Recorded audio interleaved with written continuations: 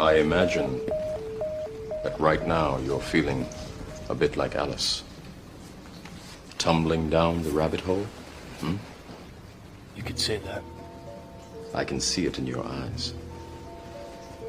You have the look of a man who accepts what he sees because he is expecting to wake up.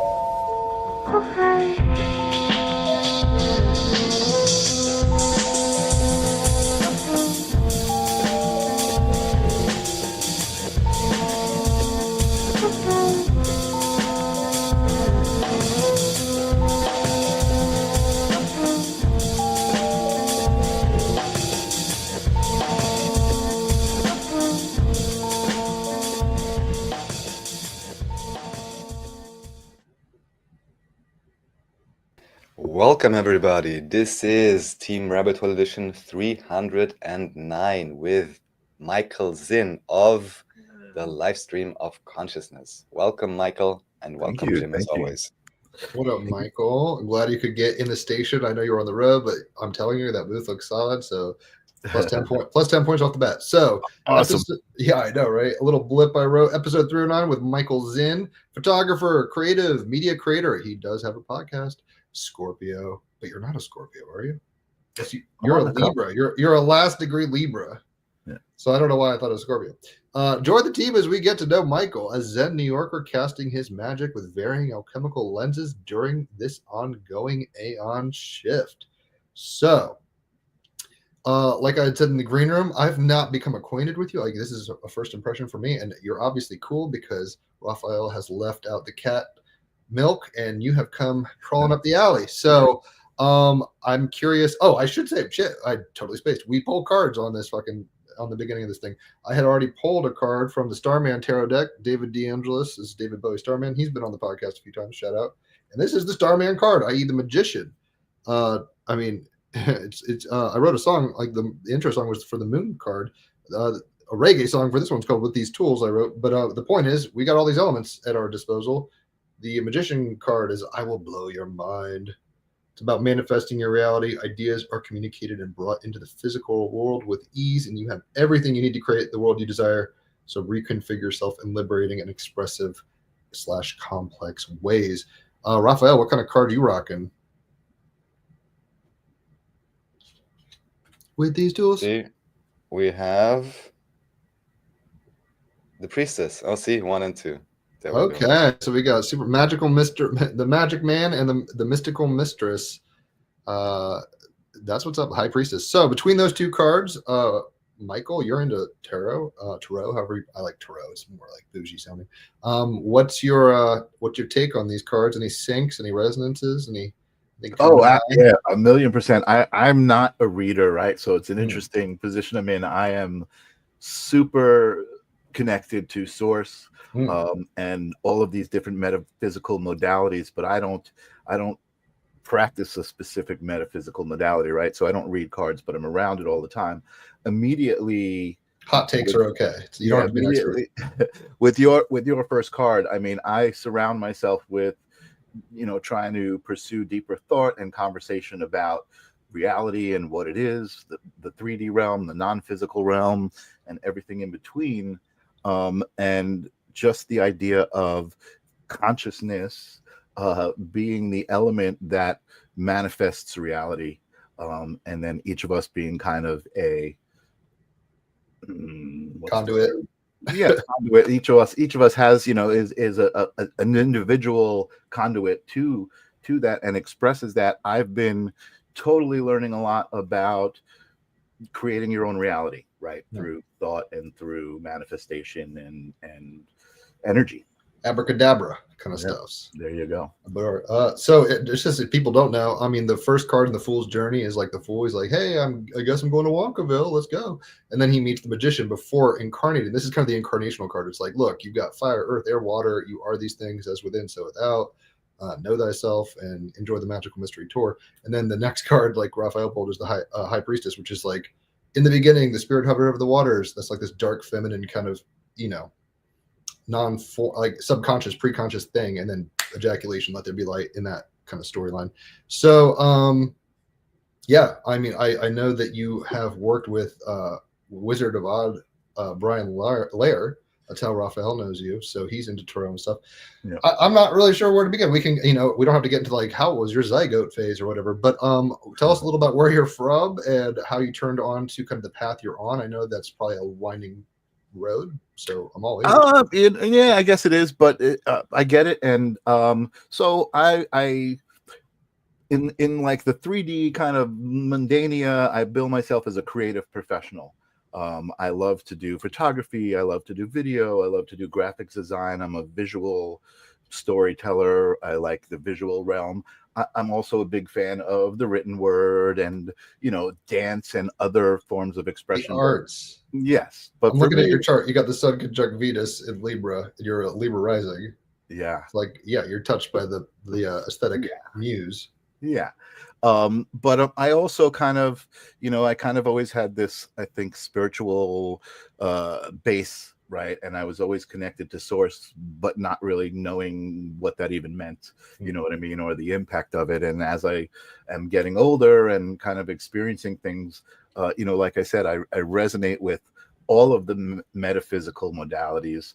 And as I was experiencing them and getting close with different people who had gifts in different areas, it was all resonating with the same frequency to me. Like everything was coming from source. Everything was I understood that everybody has their own unique connection to source and the way that they receive source and the way that they express source. So for me, suddenly I was very judicious of you. Not everybody gets that. People like right. But I was put in this position where I understood that, and I was able to kind of relate to all of these different people, and it's all an energy exchange, right? So they loved me, I loved them, and it just became this kind of, it actually seeped into my essence, all of that, and I was able to really understand it and fulfill it and live it with intention. So, I, being a production guy, I have a friend, Jesse Blaze Snyder, who's actually the son of Dee Snyder. Okay. He's very, very spiritual. Twisted Sister, yeah, right? Yeah, okay. And he's a really amazingly talented guy. And around COVID, he was staying with me. He had just kind of split up from his wife on the West Coast. He came to the East Coast. He was staying with me. He was working locally at a wellness center, not a wellness center, like a holistic shop. Okay. And they couldn't do gatherings, and he put together this class called the 13 Universal Laws, as seen by Jesse Snyder, because he took like Hermetic principles. He took a bunch of different belief systems and kind of called it into this 13 universal laws, according to him. And so what I was doing was facilitating the show from behind the scenes, like this kind of thing, StreamYard, and I was broadcasting for him. And then when he was done, he said, "Hey, I want to continue this. I love the conversation. I love the engagement. Will you be my co-host?" And I never, ever was like an in front of the camera kind of guy. I was always a behind the camera kind of guy. And something about it just really felt right. People were telling me, that they were getting something from it. There was definitely some sort of energetic synchronicity that you got the green light. Yeah, I got the green light. I got the green light, and I've been doing it ever since. I love doing it. I love the conversation. I love the fact that it's actually allowed me to have conversations with, like, I had Tommy Chong from Cheech and Chong on my show. I used to smoke. Raphael is, as we I had Flat Earth Dave on my show, who's like a big proponent of the Flat Earth community. I've had very religious people on my show because I feel like I'm this conduit to love. I know it sounds kind of corny, but like I don't judge anybody, right? And some of my best conversations were with like militant transgenders, and having a conversation, like not like judging them, but being like, I'm curious about you. What does that mean? You know what I mean? Like who you are. What does it mean? Tell me how you get there, what that feels like. And that's kind of I guess that's me in a nutshell. Well, I don't want to Spiritual. pigeonhole you, but you're, like I said, your Venus and your Sun are conjunct in Libra. So, and I think it's first house, but I'm not looking at it right now. You are here to facilitate between crews, and your moon is in Aquarius. So you feel really good about being on the kind of novelty edge of things. You're not going to shy away from difficult conversations, but it seems like you're not taking sides. You actually just want to empathize and hear all the facets of the prism for the rainbow to form or whatever. Yeah, which is for sure. admirable. I mean, that's For sure. your team rabbit hole as fuck already. I can tell. So that's what's up. I want to get into what you're up to now. That's clear. You grew up in New York. Were you religious? Growing up? I was. My family is Jewish. I was born to a Jewish family. I had a bar mitzvah. And when I was bar mitzvahed, my mom said, "Okay, you can decide, whether you're going to continue your religious pursuits or not." And organized religion never did it for me. I certainly understand the essence of it and the importance of it for some people, and how it can do it for some people. And even though I don't look at it as a positive thing overall, that's probably specific to some of the ways it's been used. I think the underlying message of religion is do unto others as you would have them do unto you, right? So that's good. You know what I mean? That's good stuff. It doesn't always happen in the organized religion space. So I always, I was more spiritual than religious. I felt like, at least in the 3D, which I didn't understand at that time, but at least in the 3-dimensional space, I believe that there are two contingencies. There's good and there's evil. And you can subscribe to one of those. And by the way that you live your life and the way you treat other people. And I just always said, I'm aligned with good. And I never, like I said, I don't even think back then I judged evil. I just knew that I was aligned with good. You're a white hat. You're like, I'm good. I'm a good guy. Hey, it's good that you know that. I've always kind of, especially coming from Judaism. I mean, I was raised Christian and stuff. If you're aware of New York City and stuff, Tim Keller and Redeemer Presbyterian, my grandparents started that, so I've been like inculcated with this whole paradigm forever. Mm-hmm. But I've always wondered just how, like, look, let's say you have a burning bush experience, like Moses style, right? It's like, how are you going to translate that experience to others? Like, it's important to have these personal epiphanies, whatever, like these experiences with spirit, or however one wants to frame that.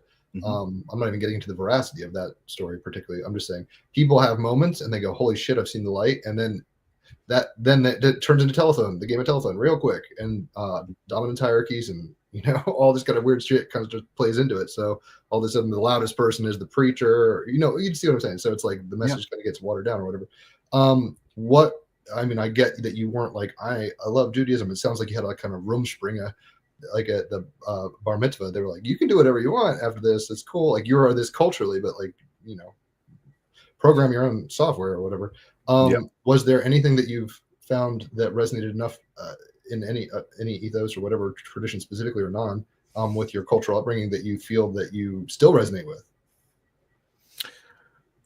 And if not, that's okay. You know what? I it's a good question. I don't think I really think about it much, and probably not from the religious point of view, right? I mean, I think that out of respect for my mom and my grandparents, my grandmother actually is a Holocaust survivor.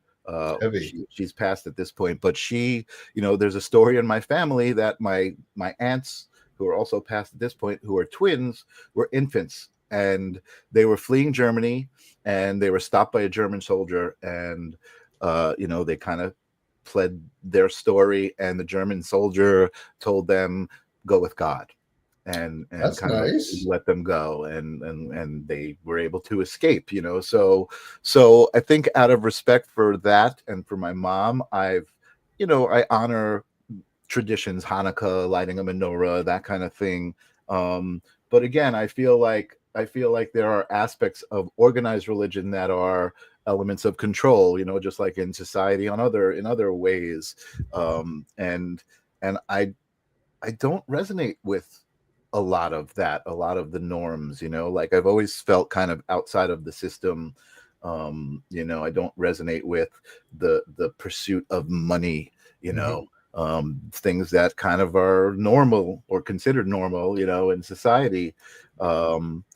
What's cool about kind of getting older and kind of perspective expanding is being comfortable with that. Like, I am who I am, and wealth is not how much stuff I have, you know what I mean, or how many drinks I can buy you. Right, to gain the world but lose your soul, kind of thing. Materialism's real. I mean, it's good to have things. We have internet. And that's why we're here at all, or whatever. But at the same time, making that the total pursuit, I find that the Scrooge McDucks of the world tend to not be too happy. Warning against idols. Right. And that's tricky because, I mean, not to go too much into Judaism or whatever, but it's like, I think the idea is like, you can make anything an idol. And even the Abrahamic thing, if we don't have to talk about it, was like, hey, you were promised a son and this is all well and good, but now you're really obsessed with him and probably not doing your duties otherwise. Who knows what the shtick is. And maybe that's the whole purpose of that story, in a sense, where it's just like, are you willing to sacrifice what you hold dear for something greater than you could expect? And if our hearts are open to that, I think life can surprise us in so many ways. But when we clutch, I mean, that's the Buddhist thing, right? It's like, hold on fucking loosely. The tighter you squeeze, right, the pigeon in your hand dies or whatever. So okay, cool, I got that on. We don't have to trip on Judaism hard. Were you always creative? Were you always like in bands, or like, I know you were behind the scenes, but were you I think so. Yeah, I think so. I mean, I tell a story about, my mom had a like Super 8 film camera, and I was trying to figure out how to do stop animations with my Smurfs. You know what I mean? I was like, they're mushrooms, right? What's that? Smurfs are mushrooms.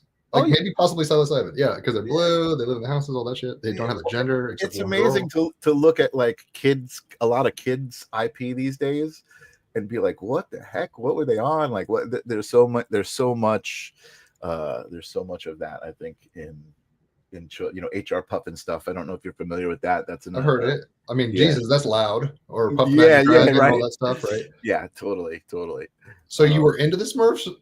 Like, I had a Smurf collection, at 10 or 12 years old, however it was. I wasn't like, I don't think I like got into the cartoons and stuff. I think it was pre that. Smurfs were really just little figurines. So I was into the 3D aesthetic of it. I was into, like I said, a visual, the idea that they were these little creatures, and I guess the creativity of it, So they capitalized on that later. They're like, they're fucking selling. Let's make a TV show. Yeah. Oh, yeah. The cartoon and that stuff, that came later. And I really was never really into that stuff.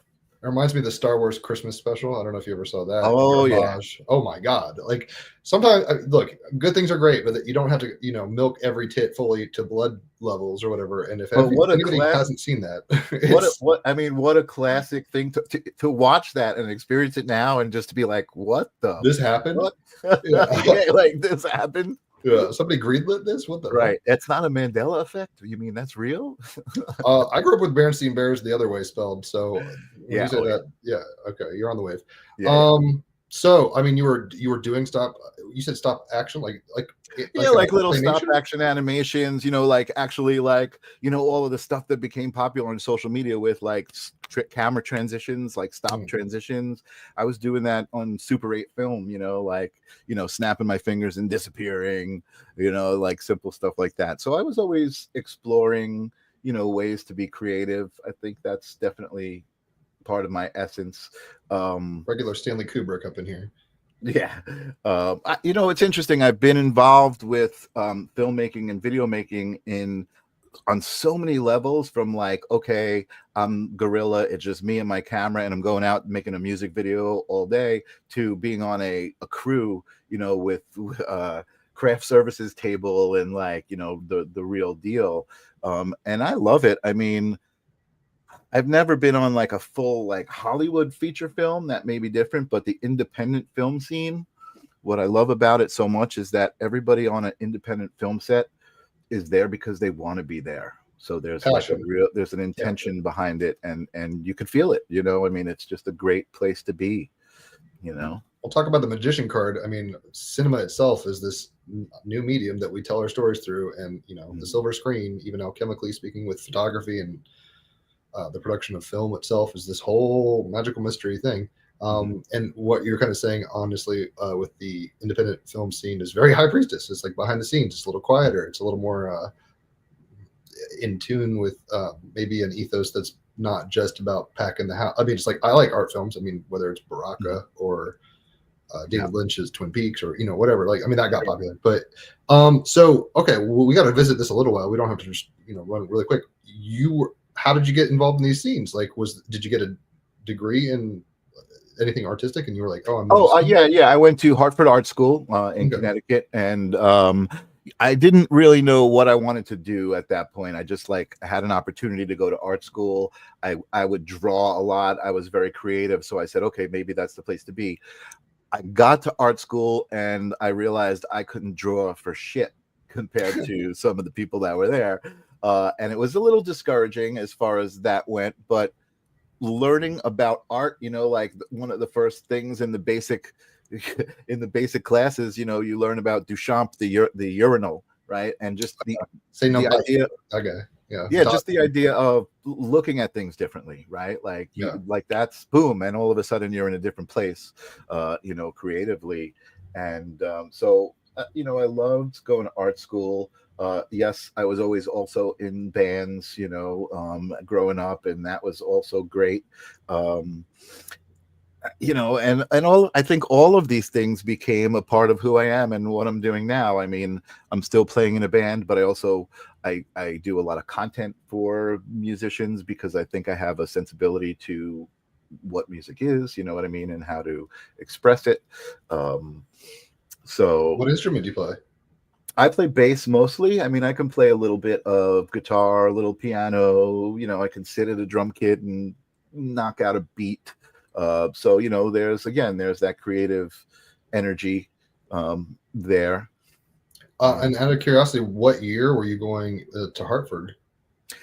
I went to Hartford, I believe it was 86, 87, 88, and 89. It's a good time. I did not graduate, but I did go there for 4 years. It's okay. Well, shit, you got the knowledge. That's all that really matters. The piece of paper might help with employment or something, but ultimately you got, the magician card. You talked to Gandalf or whatever, and he told you how to do it. It's funny because bands like Pink Floyd, they were art history kids, or not art history, rather art school kids. Art kids, yeah, let's go that way. We're Talking Heads. They all met up in the East Coast. I forget where, Rhode Island, I think. Mm-hmm. Yeah, so sometimes I have a feeling that a lot of people who go to the art schools, like you were saying, they're maybe a big fish in a small pond, and they go to these things, and they're like, holy shit, there's a lot of, like phenomenal artists, but they're still creative. And then they might find like the Talking Heads and stuff that they obviously are doing better now songwriting and playing, Tina Weymouth playing the bass. She's a funky girl on the bass, by the way. Yeah, for sure. Where they don't maybe do what they intended, but the river still flows in a direction that is actualizing for their needs, psycho-spiritually, or however you want to put that. So, yeah, so you popped out of college, you didn't get the piece of paper. What kind of, is that how you started getting into film? You're like, okay, I'm around the scene. You know what? I mean, I think I was more subscribing to kind of the basic paradigm of, oh my God, I got to get a job. I got to pay my rent. I did work at like a photo mat right out of school because I ended up photography was the major. So, not that a photo mat has anything to do with it other than you're around photography equipment. It did allow me to print a lot of stuff and shoot a lot of stuff, but I think I went kind of the regular standard route, right? Like I worked in an advertising agency in a cubicle. I hated that, and I just, again, never felt really comfortable in the system. And then probably 15, maybe 20 years ago, just ran into the spiritual community. That's when I think it started for me, meeting psychic mediums and befriending them and working. I was like working on shows, right? So I had one of my good friends as a medium, and we were doing a live group reading show. And he wanted to do it live because he didn't want there to be any editing, and experiencing some of those readings. I tell people now that I have this psychic fetish, not that I go to psychics because I don't really have any questions. I don't need to know my future. But I love being around readings. I love watching people get healed from connecting to spirits, or even if it's fake, You know Still what I mean? novel. It's compelling. Yeah. Even if it's fake, I think that people can still heal, right? Like Mm. people might hear a message that isn't really, the psychic didn't really get this message, but they just knew what to say. And I think that still can be healing. Not that I'm definitely not endorsing charlatans in any way, shape, or form, but that's what I like being around. I like being around the healing, and not to just talk and talk and talk, but I love it. Keep that's talking. just something specific about me, right? Is this major connection to energy and consciousness and source, but I have a bit of an aversion to a lot of the terminology. A healer, right? Mm. It's not that that's a bad word. It's got a positive connotation and stuff to it, but I just don't like the word. I don't like, oh, you're a healer, because I think we all need to heal ourselves, and I think what healers do is they help people see that they can heal themselves. And like I said, I don't practice healing metaphysically. I think part of my gift is one, like my show, where I have these metaphysical guests rather, and these conversations, and people receive them out there. Whoever's supposed to hear it does. And then recently, I just started this project, which really kind of lit me up, which is writing a book with AI, kind of collaborating with ChatGPT. And it was something I started a while ago and played with it and was intrigued, but you know how it is with the creativity, especially. You kind of got to get this spark, this thing that kind of turns over the engine finally, and then the engine's running. And I feel like what I'm writing is helping me to define myself as a healer without being a healer, right? So it'll become clear in a second. The book that I'm writing, because I've made it like a live thing right now, is called "You Are the Answer to the Questions You've Been Asking Your Whole Life." And it's written in a kind of Douglas Adams Hitchhiker's Guide to the Galaxy style. 42, baby.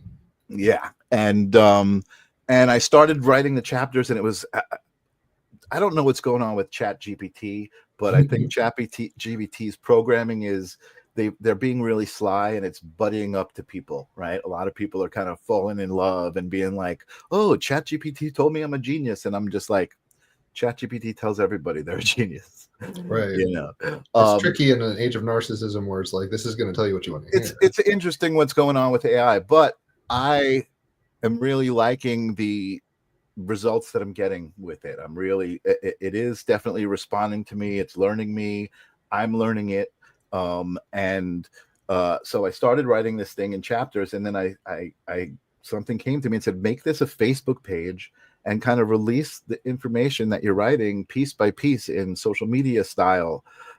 And they're like little tidbits, like, life isn't getting on the bus. Life is the bus. And, just kind of things. That's almost like Zen koans.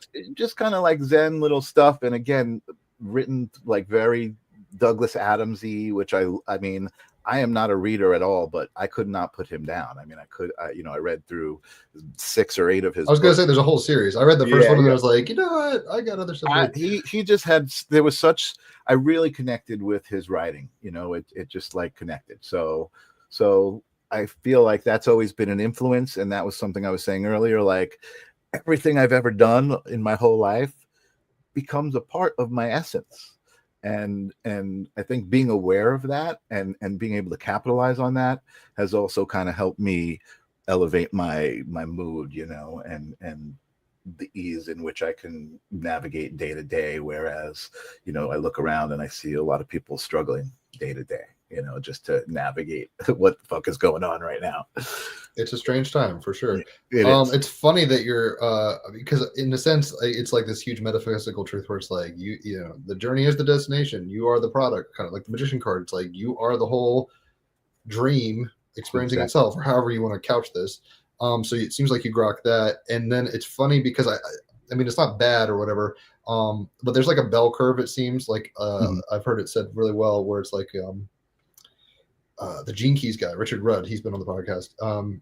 He said something to the effect of like, the the Japanese cherry blossom tree. It's like it's all sprouting, and not every bud pops at the same time, and maybe some don't at all or whatever. But it's like it's still happening on the tree. Like it's still beautiful, and it seems like that's kind of what you're aware of in terms of your journey is one of obviously. I mean, your North Node's in Taurus, but in 8th house, so it's like you're going to have a lot of not identity crises, but like value resets and really going deep into what is value, what is beauty, what is truth. And it takes a lot of grace and compassion to understand that not everybody's going to hit it at the same time. We can't all expect. You said it early on, and I really appreciate that because a lot of people run around saying, "Don't you see what I see?" Right. They'll hit you over the head. If you don't, Lord of the Flies shit. It's like you're what that kind of style. And you're as a last degree Libra Sun, conjunct Venus. You are definitely a peacemaker and a lubricant, largely for very beautiful things, very creative things that cause peace, honestly, of the heart and body and soul. I love what you just said, but nobody's ever called me a lubricant before. Well, there's a first time for everything, right? Yeah. You are what you is, as Zappa would say. Like you are what you is. So, it's you've mentioned or alluded a few times to like, the mundane, the 3D, and now more of the spiritual stuff. When you were geeking out and getting turned on with these mystics and channelers or what's the word, mediums, was there a specific instance where you just like, were like, holy shit, there's more to the picture than meets the eye, or was it a series of things? It's so funny that you asked me that because I asked 2 questions on the live stream of consciousness. One is right off the bat, what is consciousness? Veritas. Yeah, what is it? But the second one is do you have a moment or memory where you realize there was more to it than meets the eye or that we've been told? So I think I kind of knew from a young age that things weren't exactly what we've been told. I had my own ideas about humanity being a hybrid between aliens and chimpanzees. I saw Orion. I mean, on your profile, you're like, I'm from Orion originally. I'm from Orion. He's probably starseed into that kind of game. Yeah, I have a really odd connection. I still haven't figured it out. I've spoken to a lot of different people about it with Orion. It's just this. I mean, I am like super mesmerized anytime I go out and I see it in the night sky. It's just like there's some energetic. I can't. It's hard to miss. Looking. Yeah, I just can't stop looking, and I feel like it's like calling you, in a weird way. Yeah, it's really interesting. But I would say I kind of always had this knowing, and then as I started getting into the metaphysical different practices, I had a guy, Stephen Durante, who is like a meditation leader, a guided meditation guy. I had an experience in a guided meditation that was otherworldly. I had an experience. Was it like when you say guided meditation, was it like, hey, everyone close your eyes and do this, or was it like chakra humming, or what was going on? Yeah. So everybody was in a circle, and Steve would kind of talk a little bit. He would kind of get everybody kind of breathing in through their nose, out through their mouth, and they guide you through it because a lot of people really don't know how to meditate and think that it's supposed to be done a certain way. I think there are certain practices that help, like breathing, like being able to focus on your breath, and then understanding like, okay, I'm not breathing, it's kind of happening naturally, and tune into that frequency of it happening. Alan Watts has a really good thing on that. Every time I trip, I listen to it, and it's like, it's happening to you and you're doing it, kind of thing. Yeah. The simultaneity. So he was just a good guy to get me into that state. And I would always meditate, and I would have, I would see colors and lights, and I would have a good experience. But there was a particular incident where one of the women who came brought her like 10 or 9-year-old daughter, and Steve made a moment to say, hey, she's here, she does this at school, she knows what it's about, you know what I mean? So it's very cool. So it's not like she's a kid who doesn't know what's going on. And we meditated, and I hope I don't get emotional telling the story. It's okay if you do. As we meditated, I experienced kind of the things. I always have a hard time experiencing it the way they're telling you, right? Like imagine a golden light and all of this stuff. I don't usually follow that, right? It's like my own experience. But I saw the room kind of immersed in light. I was with a friend, a woman friend of mine, not, just like a friend, and I saw her next to me, and in this moment of the room being bathed in light, this little girl walked over to me, and she just said, "Everything's going to be all right. Everything's going to be all right." And that was kind of it. And then the meditation ended, and there's usually like a sharing where people talk about what they experienced. I didn't share that. But then everybody was getting up to leave, and this woman came over to Steve with her daughter, and I was talking to Steve because he's like one of my best friends, and I was just standing there, and he introduces me to the woman, and he introduces me to the daughter. I forget her name offhand. This was many, many years ago. And she walks over to me, and she just kind of embraces my leg, and she says, "Everything's going to be all right." It was mind blowing. Like, it was super synchronistic and heavy. Yeah, it was really crazy. And I got a little emotional there. I felt it, but yeah, I mean, like I said, it's a Bob Marley message, and it's one we have to remember. It's like, if it ain't over, it's going to keep going. That's it. And I feel very grateful that I'm at the place that I'm at, so I can navigate, life day to day. Like I said, because I watch the world around me, and I see a lot of people suffer. Now, being in the spiritual community, I see a lot of people not suffering. Right. And I believe that right now, with the division that's going on, there's a contingency of people who you'll talk to and they'll say it's the end times. And then there's a contingency of people you'll talk to who will say it's a new beginning. Correct. And the truth of the matter is, which would you rather it be, right? Like, which would you rather subscribe to? Make a choice. You have the choice to see it the way you want, and I'm grateful for that knowledge. I'm grateful to have that acumen, and I see Salad is saying it's both, and I agree. I certainly think there's going to be some tough things going on that even the good folks out there are going to need to endure and navigate. But again, I'm kind of looking past the end time, right? Because the end time is only signifying the next cycle. And every new beginning comes from some other beginning's end, kind of. Yeah, exactly. It's funny because I mean, it's pretty trite or cliche or something, but it's like a baby being born, because apocalypse just means unveiling. So if people want to feel a little better, it's like it's a little like the Star Child in 2001: A Space Odyssey. We're hitting a new evolutionary paradigm. A lot culturally has led up to this. I mean, there's good reason as to, whether it's post 2012 Terrence McKenna Mayan stuff or whatever. Like, we're in a certain pocket of the game of the zeitgeist, and it is what it is. And like, the baby is being born, it's like, holy shit, the water broke, I don't know where I'm going, I like being with mom. It's like, it's the end of a phase, but you don't even know what's coming, and it's actually what you were intended for, right, ultimately. So it's like, right, the less we choose to resist and fight things, and go with the flow. It's tricky, because I think we all have preferences and definitions and beliefs and stuff that, we expect certain things, and it's not fun when that, occurs against our ego minds or whatever.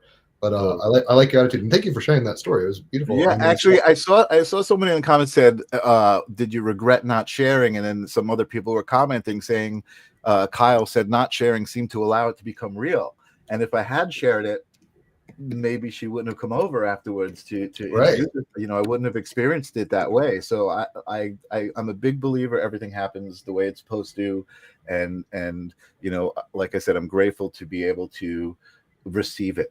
You know what I mean? And kind of interpret it and be like, okay, this is things happen for me, not to me, that kind of attitude.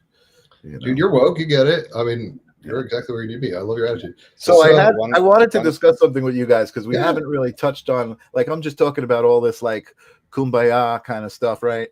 Now the other side of the yin yang. But no, I had this interesting realization. I might not call it a download at this moment. I may later when I process it further. I did have a download at one point. I'll tell you that story.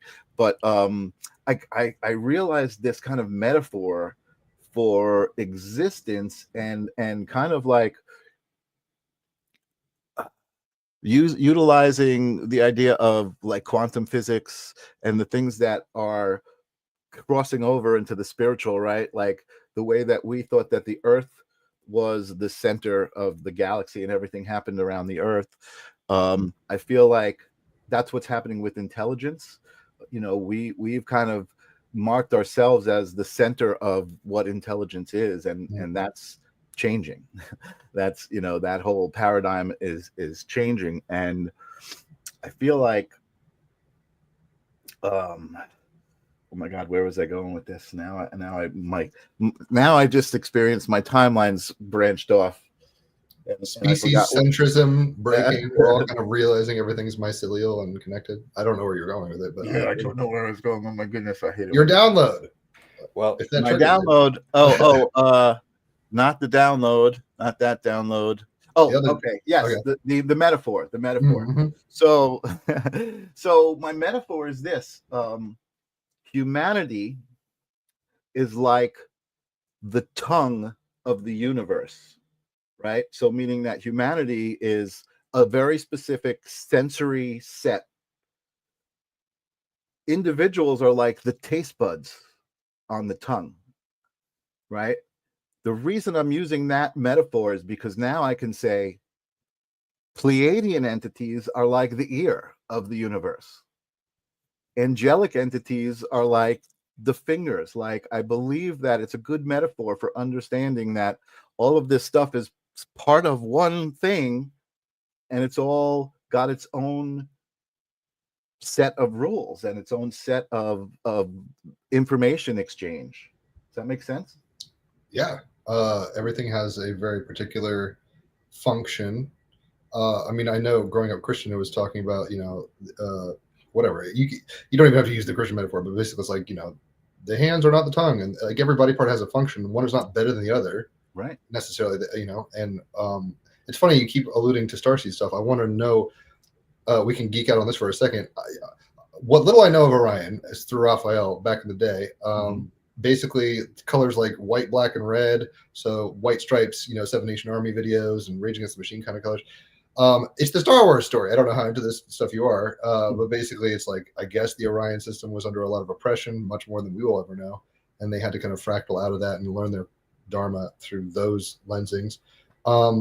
What do you know about starseeds? How are you resonating with that? Why are you identifying as an Orion? You know what? I don't know as much about as Orion that I should. You just kind of gave me a little bit more, and maybe some inspiration to look at that. I kind of how do I put this, right? So I don't really dive in deep into the Galactic Federation and it's like the UN, and space UN. right, and everything that might have to do with that, meaning like ancient celestial wars. You know what I mean? Like I'm certainly aware of these things, Arcturians and Pleiadians, and the different kinds of entities that exist and different iterations of this stuff. But I don't dive deep into it. Like I said, I'm not really a reader, and I probably should, because I know I'd be fascinated by this stuff.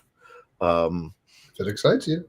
It does, but I feel like, I've just gotten the hang of navigating this 3D meat suit, right? So let me like deal with that for a little while. So do you look at these things as like archetypes? Like, in a sense, like at one point, like in Tarot, it's like the king and the prince and the knight. It's like those were medieval archetypes. So obviously the stories they were telling were going to use the languaging, symbolism, etc. of the times they were in. And because maybe we're at not a galactic place, but like we think of space, we think of more live long and prosper. Star Trek, Star Wars, we're post all this. So like we're, especially, Arthur C. Clarke and all these kind of Ray Bradbury, and we've got it in our collective conscious about archetypes that would not be terra bound, so to speak. Are you looking at it more through that lens, where it's just like these are new iterations of an identity that we can latch onto? Well, yeah. So I think that's what I'm saying, right? Is that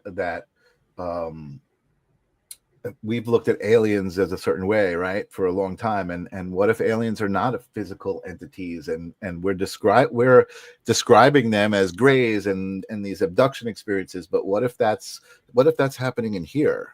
You know what I mean? What if that's not an actual physical experience? It's like a Jungian thing more. Yeah. So Yeah. to me, it's like, you know, I feel like everything is dimensional. Everything is.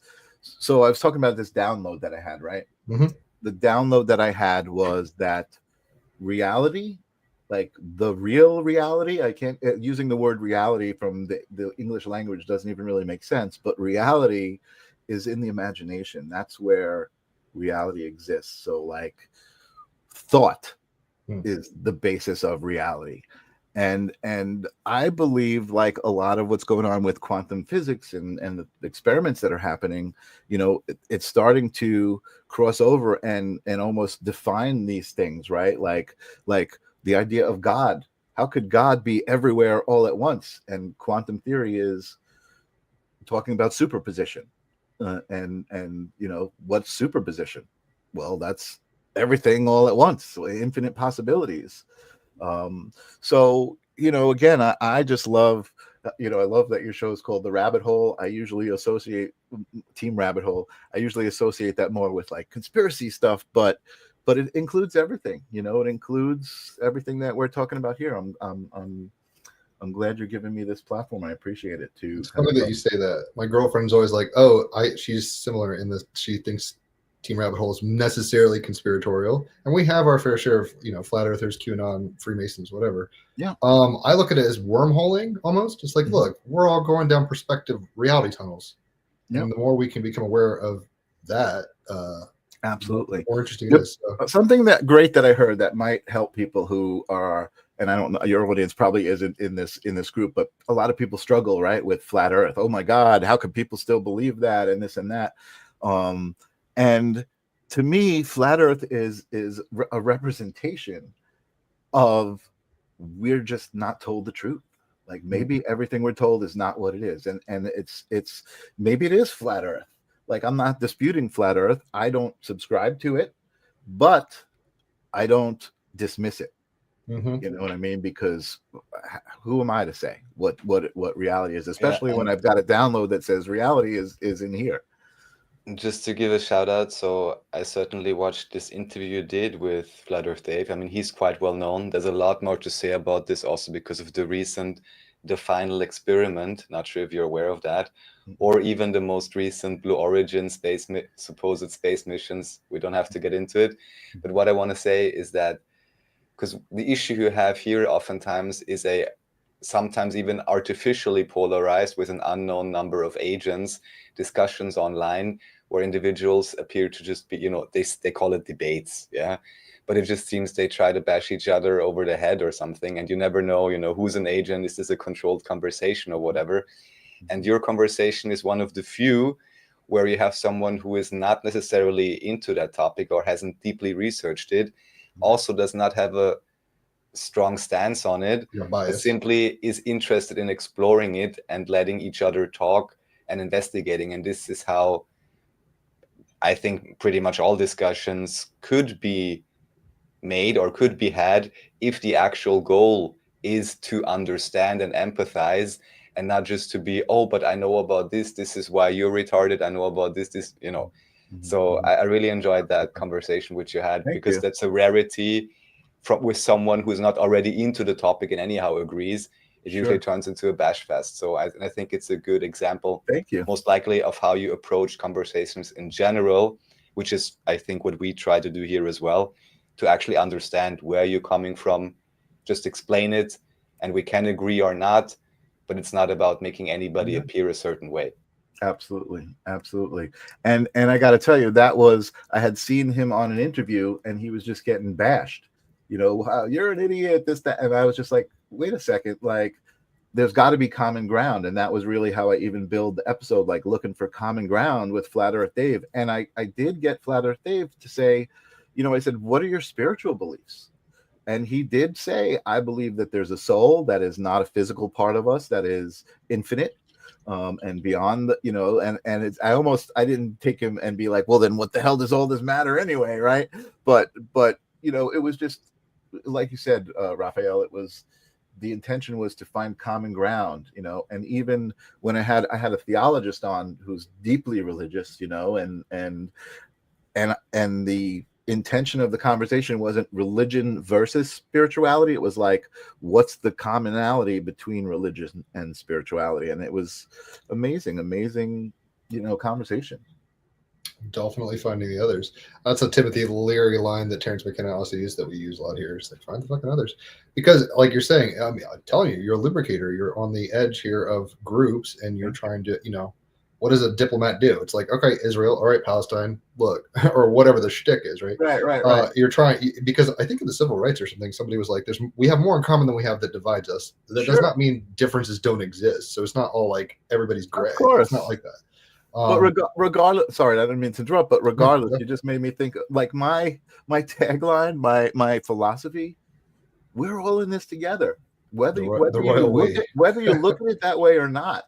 Yeah. You know what I mean? Even if you look at it like we're not in this together, then we're in that together, right? Not being in it together. Like we're still all here on this planet in the third dimension, just trying to get through. Walking each other home, as Ramdas says.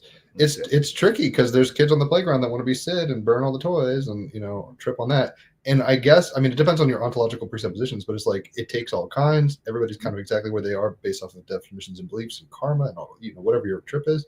So it's understandable, and that's kind of where the Buddha passion or compassion rather is coming. Where it's just like, look, if you can kind of pull back and not identify to the fullest extent possible with something, you're going to be able to let in, like in a rainbow, it's like red is not green. No one's trying to make it all one color, but their frequencies are different necessarily. Like red is not the same frequency as green. So anyway, Raphael, I've been talking plenty, as others have noted. Anywhere you want to take this discussion? Well, while we talk, Jim, you may want to check your audio settings, though we can hear you very well. Just since you're already holding your mic, I think you're coming through your webcam mic. So just since, although it's a good, simulation of how you would say it, role play as well. Yeah, Michael, maybe you want to share a little bit about, so one thing, first I'm curious about, you mentioned that you started doing something with video or even live stream. You said this was 10, 15 years ago. So just very briefly, I'm curious how that worked out, because you said you're working with people maybe channeling or doing tarot or something, or I'm mixing something up. I would just be curious. I'm not sure what you're talking about. Okay, so then maybe this was a more recent thing. Then just in general, maybe you want to share a little bit who you're talking to these days, quote unquote, or what type of conversations, well, you enjoy the most, not to pick favorites. You already mentioned some of the aspects that interest you the most. Yeah. But or what you're looking forward to along those lines. I guess I'm trying to develop my own intuitive skills, right? Whatever that might be, whatever muscles, I don't know what it is, but having so many friends and just so many experiences, hearing so many stories and loving the stories of people who have relationships with their spirit guides and they talk to their spirit guides, however that might manifest itself. I kind of feel like, although I'm totally cool with who I am and how I operate, there's a part of me that's curious, like, how come I haven't identified a spirit guide? How come I haven't had a conversation that is reminiscent of the experiences that I'm hearing? Where's my burning bush? Where's my burning bush? Exactly. And what's great about doing the live stream of consciousness is kind of being able to meet a community of different people with different skills. So I just had a woman who specifically works with spirit guides, and she goes into your higher self and tries to help you kind of connect with your spirit guides. And that's where I'm at. I think I'm trying to find my own expression that is, how do I say this? Because it's funny when I say things, I'm very aware of the power of words, right? So I try not to say things like about I'm struggling with this or I'm struggling with that, just because I don't want to give that energy, and that's not where I'm going. What I'm saying is I'm doing the stuff that I need to do while pursuing some of that, right? So I had this great meeting with this woman, and I feel like getting these guests on my shows allows me to now say, hey, can we work together and get a private session? So I had a private session with this woman who told me some things about who my spirit guides might be. She gave me actually specific names and origins, Pleiadian, Arcturian. And I Did that haven't. resonate? Like, were you like, hell yeah, I found my bush? Or were you kind of like, this is your map and I'll try to read it? So here's what's interesting about this story. I haven't resonated 100% with it. I'm processing it. I feel it a bit. Like I feel like there's something to it. But I haven't processed it a bit. Now, there's another thing that this woman does, and this community of people that I just started talking to that has a lot to do with entities that attach themselves to people. And clearing those entities and what energetically what that all means. I will say undoubtedly the previous week before I had this meeting with this woman, I was struggling. I was disconnected. I was, I don't want to say depressed, but I was definitely like, I don't In a feel funk. like, I'm a funk. That's a good way to put it. After I had the show, for the next couple of days, I started doing that book and that you are the answer. There was a palpable difference in my energy, in the way I was feeling, in the way I was connecting to myself. And I didn't even think about it because she did that. We had this session on Tuesday, and then on Thursday I interviewed her on my show, and she's like, "Oh yeah," she's like, "I did a clearing on you. That's part of what we did." And I was like, "Oh." And that resonated with me because The results. there was definitely a difference in my state of being and my energy, and I want to take accountability for part of that, right? Because I think that is a part of my responsibility to create my energy and put my energy where I want it. But I think just the interaction helped me do that. And whether or not she cleared me and it was just the interaction or she actually cleared me, there was a night and day difference for sure. Raphael turned me on to this guy, and we don't have to get into why he's less so into him now. But this guy who channels an entity named Bashar, his name is Daryl Anka, Oh, and I he's love talking. Oh, then you get the gist. Permission slips. I mean, there's certain things in a sense where it's like not everybody's going to resonate with stuff because you're not, in a sense, believing that it's possible for yourself. That's a permission slip. It seems like you're hungry for crumbs, but you don't know which vendor to go to, and the fact that I mean, what an exciting journey of discovery or whatever, where you can kind of play at the county fair and be like, well, I like hopscotch and I like this, and that doesn't mean I have to only hopscotch. And it's weird because I feel one of the downsides to having this podcast for me has been that I'm so open to ideas that I start not being totally certain of what is true for me beyond the whirl of ideas that come out of these kinds of conversations. So is there anything that you believe so firmly that you're like nothing's going to shake, like life is beauty, or it seems I get you're doing the Chat GPT book with the Zen Cohen kind of stuff, but is there anything where you're like, no one can take this from me, I know this inside and out? Yeah, I would say the two things that I know are everything is connected. That's a feeling, that's just a knowing. And that doesn't mean I know what that means exactly, right? As a human being, I only have a limited set of language and ways I can express it, but I definitely know it. And then the other thing is the book I'm writing, You Are the Answer. It's like, if someone says, what's my purpose? Well, everybody's purpose is different. Your purpose is you. Your purpose is Daryl Anka. Exactly, Daryl Anka. What lights you up?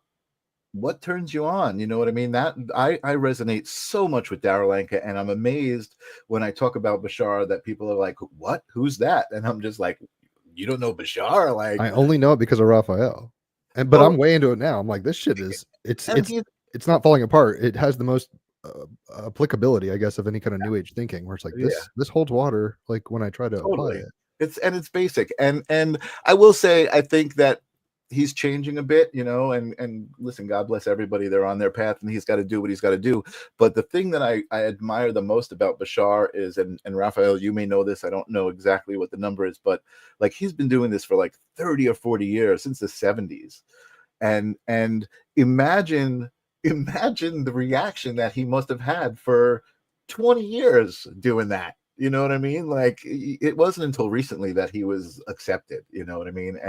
And he was so sure of what he was doing that he didn't give up. You know, he knew what his purpose was. You know, so I think Victor Hugo says something to the effect of like, you can't stop an idea. Like when its time has come, its time has come. We're entering the age of Aquarius. Like people, Pluto is in Aquarius right now. So, and it's trining Taurus, Uranus and Taurus. So a lot of the value sets, presuppositions, culturally, a lot of the team, Christian versus Jew versus Islam, like all these kinds of things, we're kind of seeing the emperor has no clothes, and new ideas are they're there, but they have to. It's just like an enforced that, like if the big trees are taking all the sunlight, the little trees don't get so much light.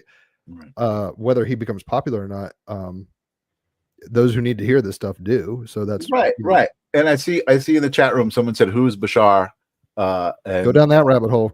And yeah, definitely take a look. And then one guy saying Bashar is the guy that fakes like he channels aliens. So I just want to address that, because I will say, if you talk to me 10 years ago, maybe 15 years ago, I came across people on YouTube who were channeling the Galactic Council.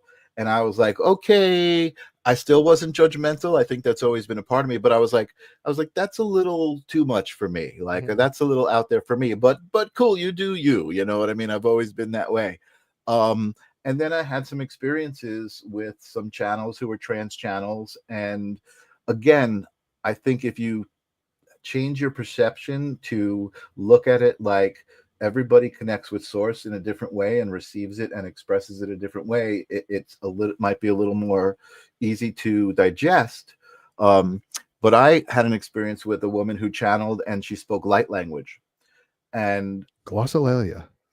And when she did it, when I watched a video, so my friend was like, "Oh, I'm going to have this woman at my workshop, so check her out." And he sent me the video, and I was like, "Oh, this is one of those channelers." And I had an emotional response, like an activation, so to speak. Yeah, I had an emotional response to what she was saying, and I was like, "Okay, I got to go see this woman." I went to go see her live at my friend's workshop.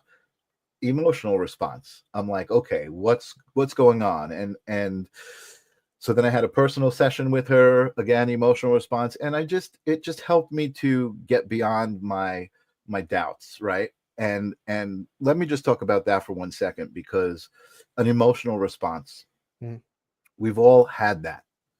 And would you say that an emotional response can actually be physical? Yes. So like you feel it here, choking up, as they say. You actually tears start coming out of your eyes, right? So there's a physical aspect to an emotional response, but an emotional response starts here. It starts with a thought. Whatever it is that you're thinking and connecting to in your brain is evoking this emotional response, which is physical. You've now manifested physical reality with a thought.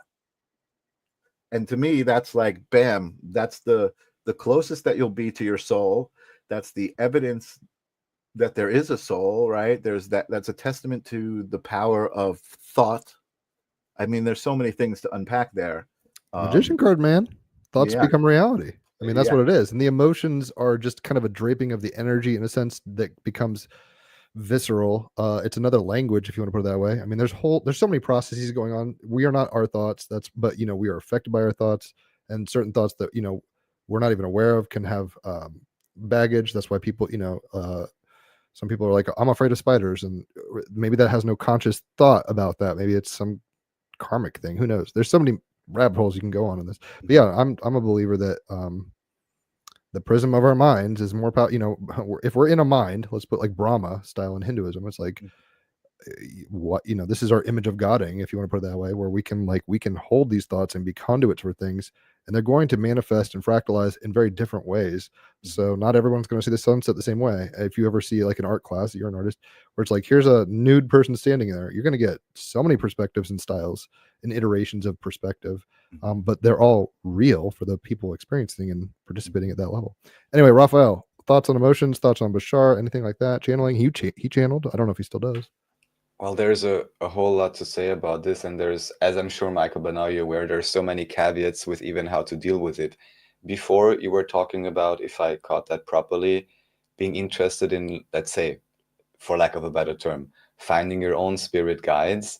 So, of course, the one thing that came to mind for me was as soon as we start conceptualizing it in this way, only then we even open up that realm, I believe. For many individuals, this is probably just like, oh, I'm talking to Jesus or I'm talking to God, or they simply have an internal dialogue and they are completely unaware of any conceptualization, for better or worse, because turning it around, as we understand, as soon as we intellectualize anything, like you said, oh, I can imagine this is an actual physical entity living on a physical planet 50 million years ago, or it could be some trans-dimensional something, or it could just be layers of whatever this reality is.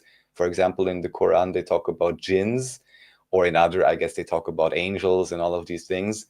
So I'm just realizing that as soon as we start intellectualizing it, of course, and depending on the quality of the channeler, so many other factors, there can be 100 million perspectives, which all essentially, what are they in each and every case? They're your own intuition, or they are a reflection of your intuition, which still must be ultimately discerned by yourself, whether it's resonating, whether there's something to gain from it or not. That's my view on it. And because you asked about expression, it appears to me, or this is the thought I had anyways, when you were asking about this, I was like, well, couldn't it be that you already are doing exactly that through, for example, the live stream, now the books, and who knows whatever else? And is it even really necessary for anyone to anthropomorphize the aspect of their higher selves? It is, I would say it's not necessary. It can be helpful, but even then, it would merely be a fragment, a figment, one representation of this conduit to, as you have said, source. And that's also the one thing I would agree with, no matter what type of differentiated experiences or perceptions I may now have on different channelers or different information. What is a recurring theme in any case is synchronicity. And also that just by now I've heard too many stories, both from known or public individuals and very private stories, where I can say, I'm very sorry, the only way to possibly explain this is that on some level we are all connected beyond the physical, because with the examples you gave, I could give more examples. There's just too many instances where this has become clear. What this then ultimately means, we can speculate, or we can talk about, but that's the one thing I come back to, this idea, like you said, that everything is connected. And also, from the few consciousness experiences I've had, is my impression that, and I can only hope this is true, that ultimately at the very core of existence, all there is unconditional love and superposition, as you put it, or disconnectedness of everything. Yeah. Awesome. Raphael, I got to tell you, I'm so happy that you said all of that, because one of the things that I've said, and I've said this to my girlfriend, because we have a lot of discussions, she's very open to all of this, is I'm okay if that's not the way I'm supposed to connect. Maybe I'm not supposed to have spirit guides that I have names and manifest themselves that way. I've been told that I am my own spirit guide. I know that some of the experiences that I have were intuitive, and that was something that came from me. And if I'm going to subscribe to an idea like time doesn't exist, everything is happening all at once, we are all connected, and we were all an iteration of that at one point, right? I was Ra at one point, I was Thor at one point, I was the peasant at one point. If we're going to believe that, then I feel like that's, to me, that makes more sense to me than I'm okay with not meeting my guides personally, and like being able to shake hands and be like, oh, you're my guide, because you're my guide, Raph. You're my guide, Jim. I'm my own guide. We're the three people here who are all reflections of each other. And I can feel that if I need to, right? I can feel like, oh, here I am. I'm on a show and I'm being interviewed by these two guys, but I can also shift my perception and be like, okay, we're all experiencing this moment together and just contributing our energy to it, very eloquently, I might add. You were talking about the artist, I forget his name now, Duchamp. You said something about Duchamp. He has some piece of art that he called, woman descending a staircase nude or something, and it's like no nudity. So everyone's expectations are projected onto it, and they're disappointed when they don't see what they're expecting. But it's just kind of semantic, kind of wordplay, whatever. I mean, he was god at wordplay, obviously, and irony and all this stuff. So I think what you're kind of getting at is that, though it's understandable, dare I say, in a Basharian sense, like a permission slip to be like, I need XYZ, like the Holy Grail quest is very kind of Anglo-Saxon trip, or you see what I'm saying? Like every kind of petri dish has its own symbol sets and expectations set up culturally. I can understand why Judaism became what it did in the context it did. It's not like just haphazard and random. It's like it's a progression through monotheistic desert cultures and all this stuff. I'm looking at all these things. I didn't mean to distract you. Yeah, no, you're cool. I saw your point. I was like, I guess I should pay attention. Yeah. He's guiding me. Our own higher self is and can be one's best guide. I mean, that's what I feel like. I mean, my big thing is, again, coming up with like these little sayings within our language that we can use and understand to describe these things that cannot be described.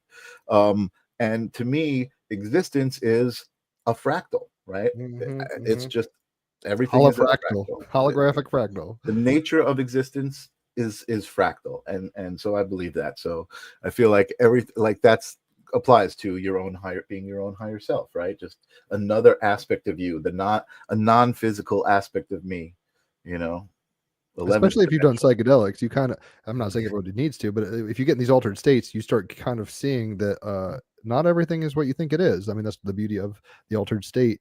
In a sense, you can get there with breathing and meditation and sober too. I mean, you can stare at a sunset and get woke or whatever.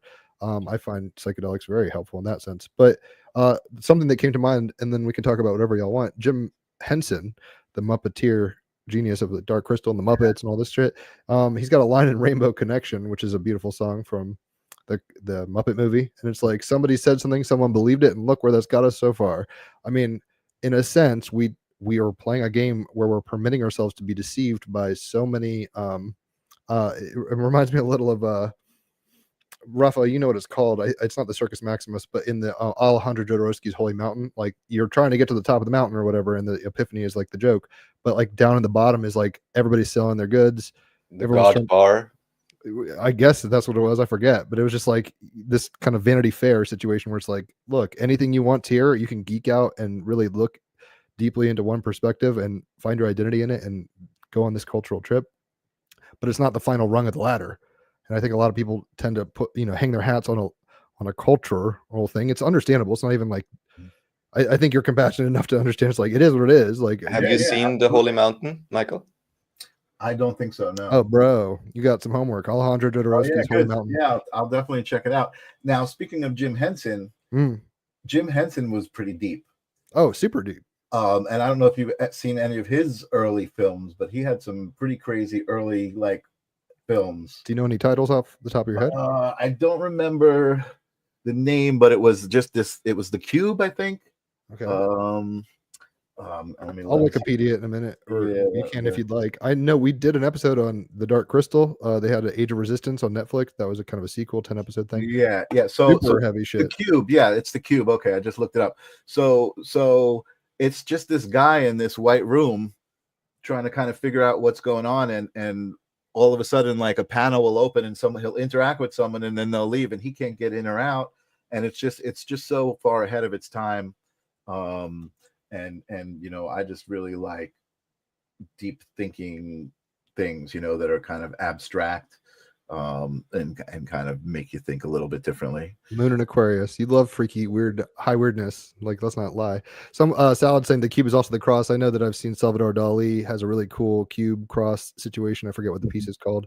But yeah, there's a whole lot. I mean, one symbol is, I guess what the Zen thing is like the universe in a grain of rice. You can see so much through one rabbit hole that you get the whole kaleidoscope, and that's kind of the journey we're on.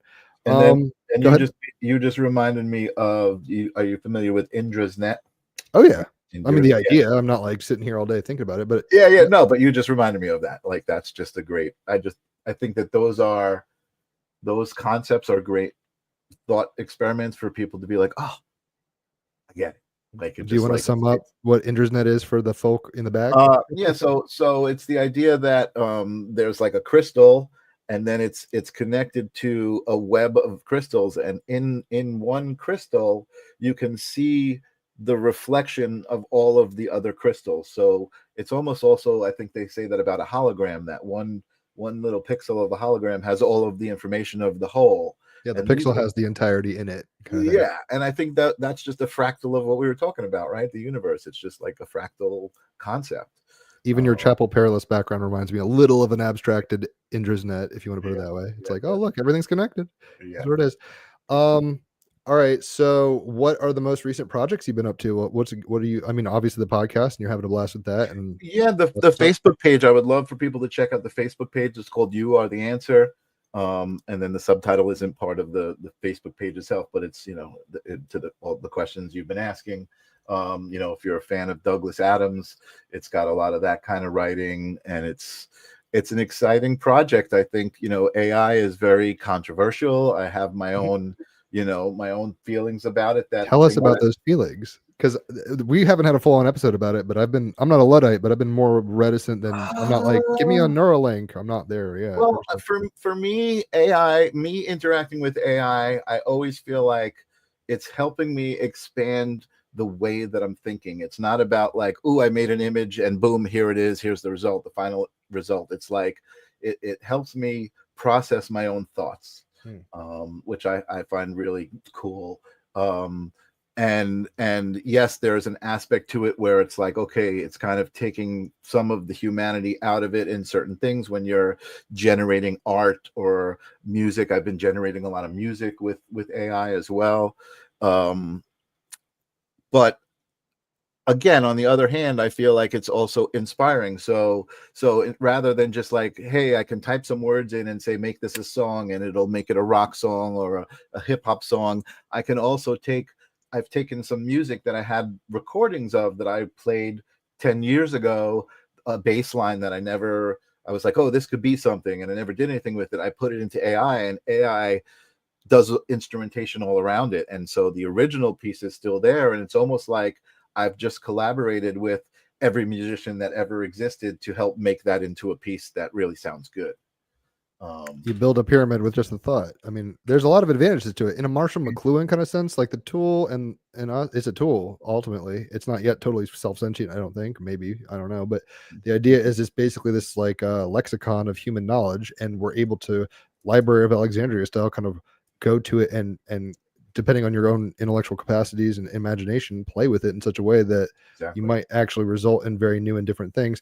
What are your thoughts in terms of? I mean, what it means to be a human is a changing target. Obviously at one point maybe there were Cro-Magnon Neanderthal wars or whatever. Like there's a moving fucking target here, and we tend, like you said at the very beginning, to be very not centric around our experience to the point where like this is it. I know, like this is all there is, and it's not very humble position. So whether we're on this weird teleological trajectory towards a singularity in a Ray Kurzweilian sense or not, what are your thoughts in terms of transhumanism and where the line for like what does this mean for work ethic and identity because a lot of people are like, I do this for a living, I work this, and it's like now that's going to be maybe jury rigged a little and changed. Well, so that's also always changing, because day to day, I feel like moment to moment, the information that we're given is changing. I feel like, I guess I still feel this in my heart, that AI and technology in general is a representation right now, especially in humanity playing a part in its own evolution. Which again is a fractal of God, right? A fractal of creation. It's like we're kind of, we're creating now our creation, and I believe, I believe that's what AI is, and I guess a good example I can think of is, as far as like transhumanism and stuff goes, and this was something I thought of years ago, right? The idea of a cochlear implant. To help somebody hear. Well, they're attaching a piece of hardware right to nerves and sending transmissions to the brain to be interpreted, and that cochlear implant is run with software. So why could that cochlear implant now not? Since it's an electronic piece of equipment, we also have electronic equipment that can hear ultrasonic frequencies that we can't hear.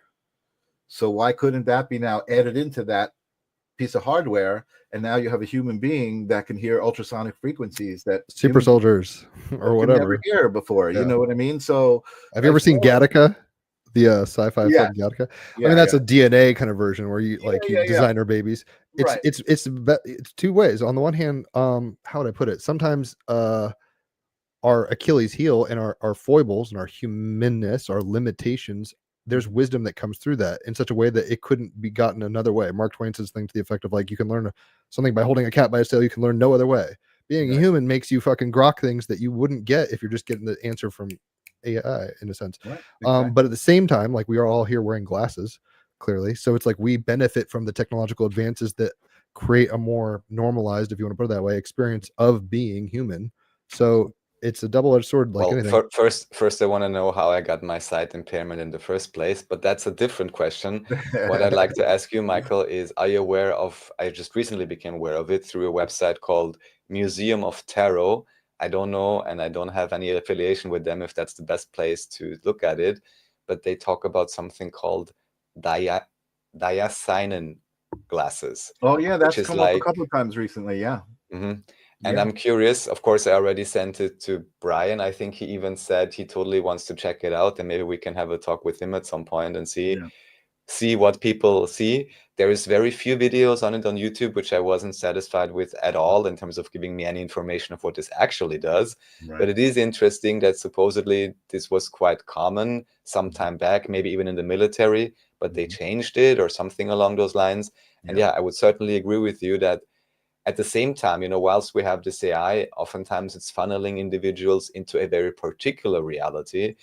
Because with some, of course, it's very popular, as it has been for some time. Oh, I will just Google it, or now they will just ask the AI. And while the AI, with very popular questions and mainstream ideas, can give you very good summaries, I have used it enough, also these online search tools, where I know exactly that something exists, and I'm asking the AI if they have anything related to that idea.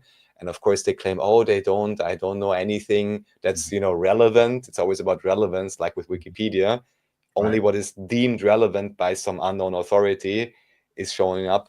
But then at the same time, if I ask specifically about this author I was looking at, of course, then suddenly the information is revealed. Yeah. So, but what I want to say is with technology, we can go both ways. It can be, if it's done unconsciously, in a way that it's funneling us, or in a way that is actually expanding the range of, dare I say, frequencies we are able to then investigate on our own.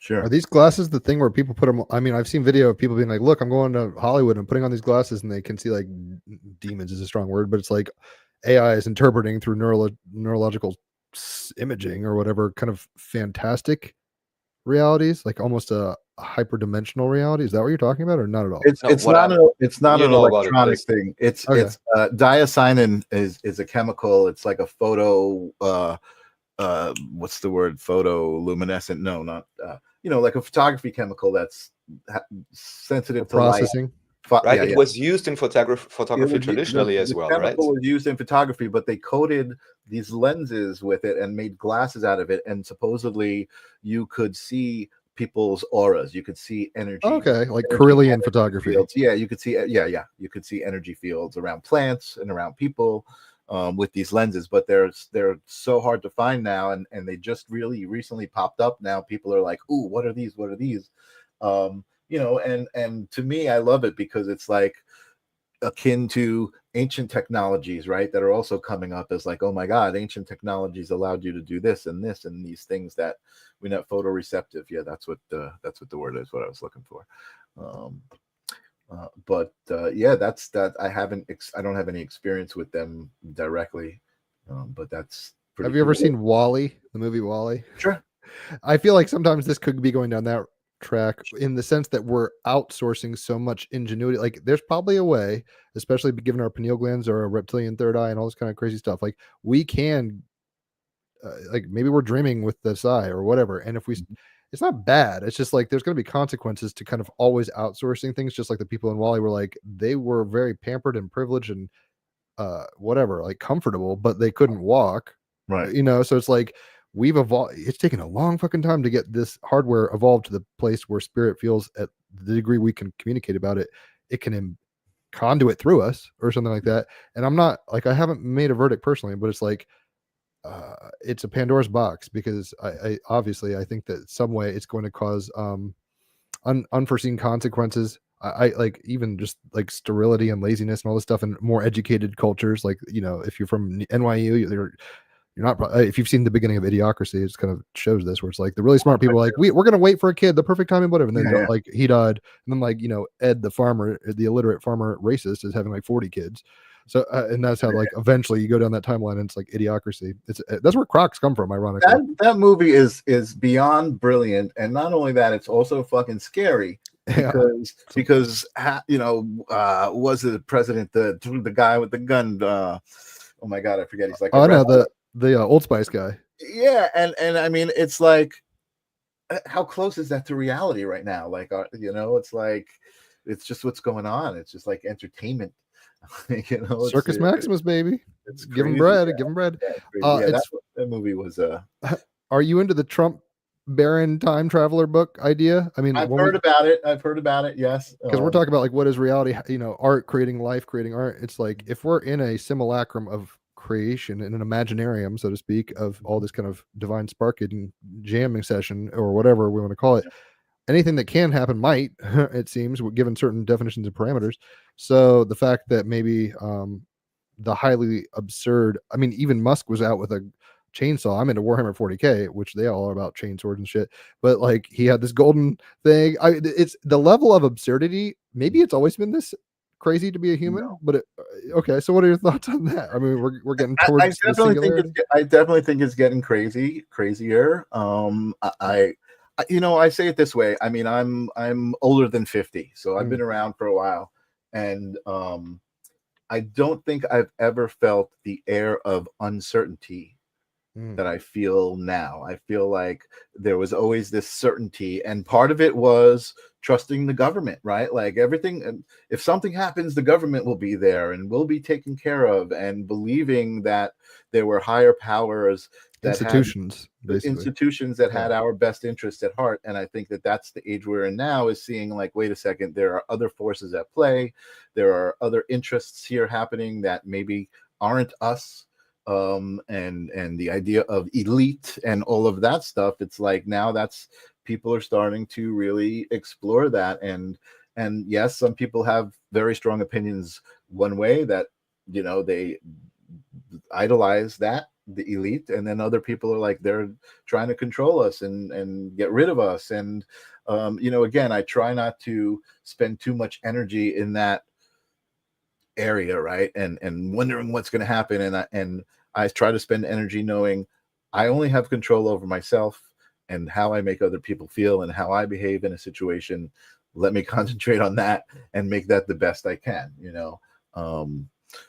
And that's my story, and I'm sticking to it, you know. I mean, after 2012, I think it's just getting crazier and crazier. Yeah. But Terrence McKenna said that essentially. I mean, I don't know if you are a fan of Terrence McKenna, but he's basically had this kind of time wave zero software that was kind of doing the I Ching through historical synchronicity. So it's like, look, the novelty was high here, it's low here, high here.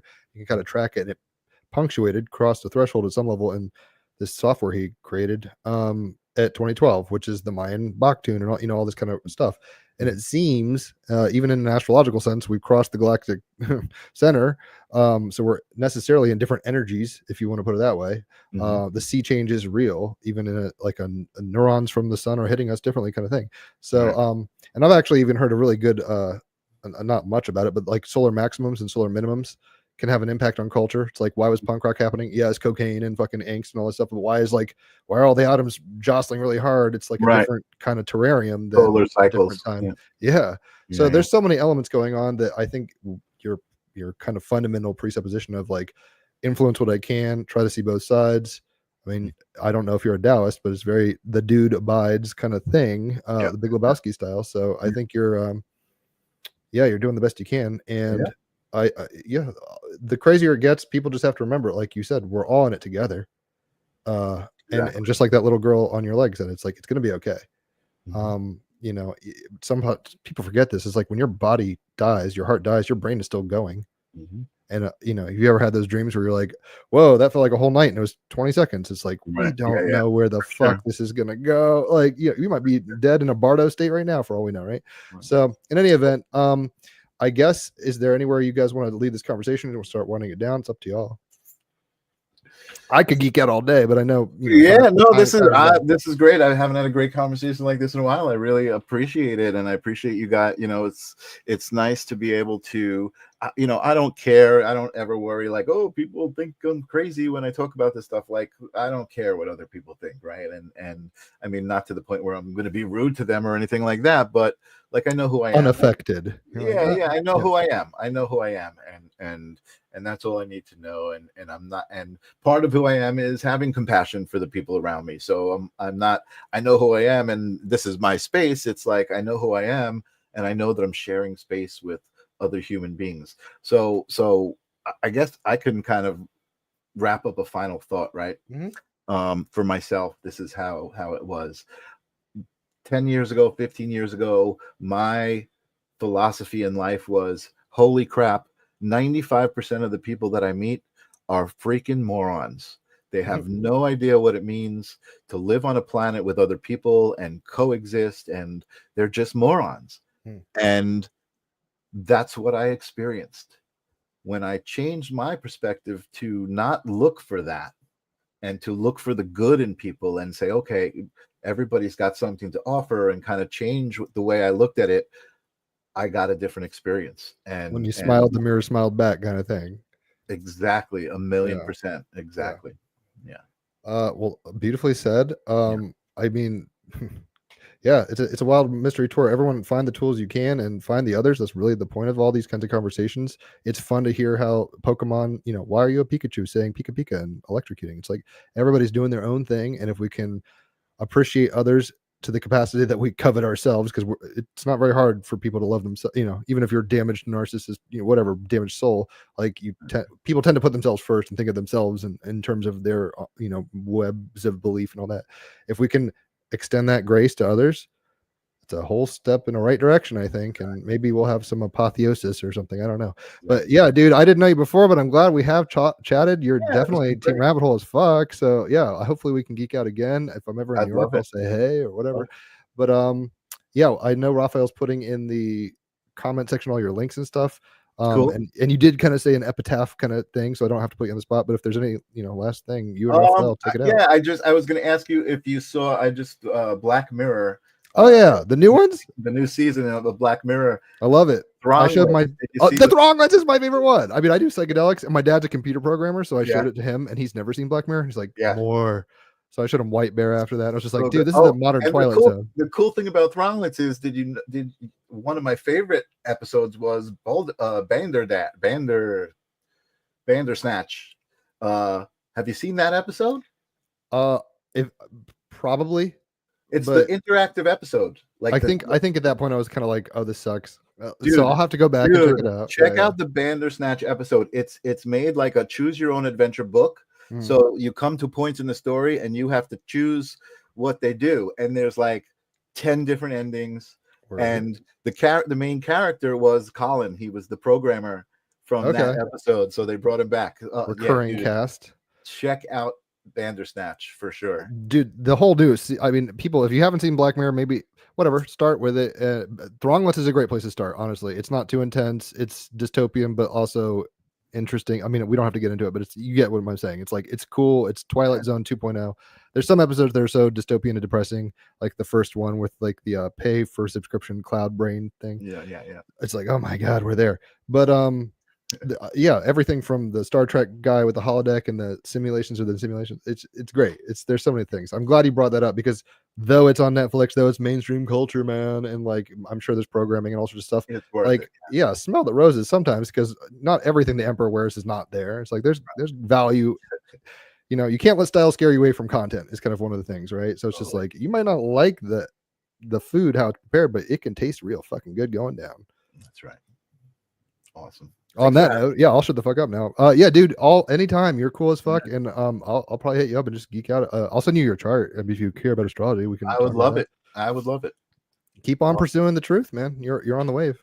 Rock You are the on. truth. Thank You are you. the answer. Yeah. Holy shit! That's that's exactly what I say all the time. It's like, don't look for the answer, be the answer. You know what I 1,000. mean? And Yeah. then oh, I did have another saying that's one of my favorites lately, and this is cool because you could put a blank in this, right? It's like, if you don't find joy in the snow, there'll still be lots of snow, and you'll just have less joy, or something like that. And it's like, you could just put anything in that snow, anything for snow. If you don't find joy in something, it's still going to be there, and you're Make just gonna peace have with less it. joy. Yeah. Yeah, exactly. Make peace with it. There I'll you say go. one thing, and then Raphael, I know you're chomping at the bit to go. Basically, it's a Bashar thing, but I heard it recently. It's like, the greatest gift we can all do for each other and ourselves is to be authentic. And yes, you're broken and distorted and having all these human trip issues, but it's like, be yourself as fully and kindly as you can, and that's going to unlock so much for yourself and others. And that's really how we do it. I really think being a light on the way, as they say, it's just like, and our joy is the experiment of tending the fire and finding that inner mounting flame and just shining. Like John Lennon says, we all shine on. Anyway, I'm going to shut the fuck up. Thank you so much for your time and energy. Yeah, you're cool, and hopefully our paths cross IRL. Cool, man. Thank you. I Thank love you this. very much, Michael. I think your book title is apt and as good as it gets. Thank you. Everyone, if you like, you can check out all the links below to Team Rabbit Hole. Of course, also everything related to Michael. Check out the show, Live Stream of Consciousness. I believe you do it once a week, usually. Thursdays, 9 p.m. Eastern Standard. I'll check it out. I've never even heard of it. so Perfect. And turn me always interesting guests. So thank you very much, Michael, and catch you all next time. Thanks everyone in chat. Thanks everyone for listening. Adios. Peace.